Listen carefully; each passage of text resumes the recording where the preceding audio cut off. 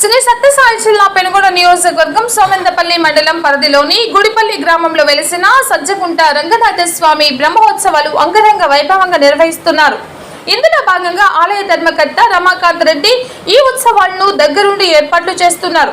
ఈ బ్రహ్మోత్సవాలు తిలకించడానికి కర్ణాటక, తమిళనాడు, ఆంధ్రప్రదేశ్, తెలంగాణ నుంచి పెద్ద ఎత్తున భక్తులు తరలివచ్చి ఈ బ్రహ్మోత్సవాలు తిలకరిస్తారు అని సజ్జచేనులు స్వయంభూగా వెలసిన సజ్జగంట రంగనాథ స్వామి దేవాలయమును 1122న కొయసాల వంశకుడైన మొదటి విష్ణువర్ధనుడిచే నిర్మించబడినదని రమాకాంత్ రెడ్డి తెలిపారు. ప్రతి సంవత్సరం చైత్ర శుద్ధ ఏకాదశి రోజున మొదలైన చైత్ర బహుళ పంచమి వరకు స్వామివారి బ్రహ్మోత్సవాలు 10 రోజుల పాటు అంగరంగ వైభవంగా నిర్వహిస్తారు. స్వామివారు ఒక రోజున గ్రామంలోకి ప్రవేశించగా గ్రామం నందు చీకటి నెలకొని ఉండడంతో ఒకే ఒక ఆది ఆంధ్రుని ఇంటిలో దీపము వెలిగి స్వామివారు శ్రీకృష్ణ దేవరాయల స్వప్నంలో అగుపించి నేడు రంగనాథ స్వామిగా ఇక్కడ కొలువై ఉన్నానని చెప్పగా ఆయన విషయం కృష్ణరాయల గురువు అయిన తాతాచారుల వారికి తెలుపగా ఇక్కడ ఒక గుడి ఏర్పాటు చేసి మొట్టమొదటిసారిగా ఆది ఆంధ్రుని భక్తుడు దీపం వెలిగించిన తరువాతనే తనను సేవించమని స్వామివారు తెలిపారు. శ్రీరంగం వెళ్లిన స్వామివారిని దర్శించలేని వారు గుడిపల్లి గ్రామంలో వెలిసిన సజ్జగంట రంగనాథ స్వామి దర్శించుకుంటే అంతా పుణ్యం లభిస్తుందని భక్తుల ప్రగాఢ నమ్మకం. ఆజ్ఞాపించడం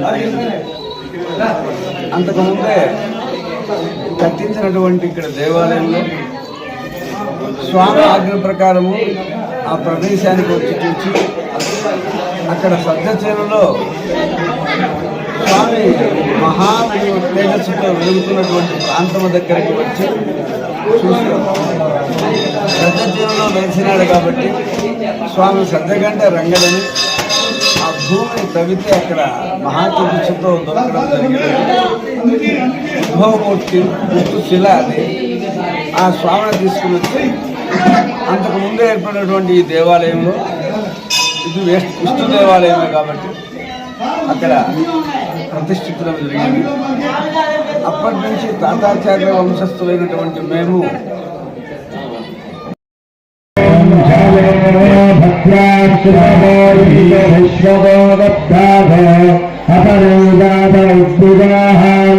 దేవాలయ భాసమనుగ్రహే సఖ్యముపేదిమా భజం దేవాన ఆదిప్రతిరంతు దీవభే తాన్ పూర్వయా నివిదాహోమహే భజం భగం విక్రమది దక్షమప్రిభక్ృహే రక్షిణాకాయే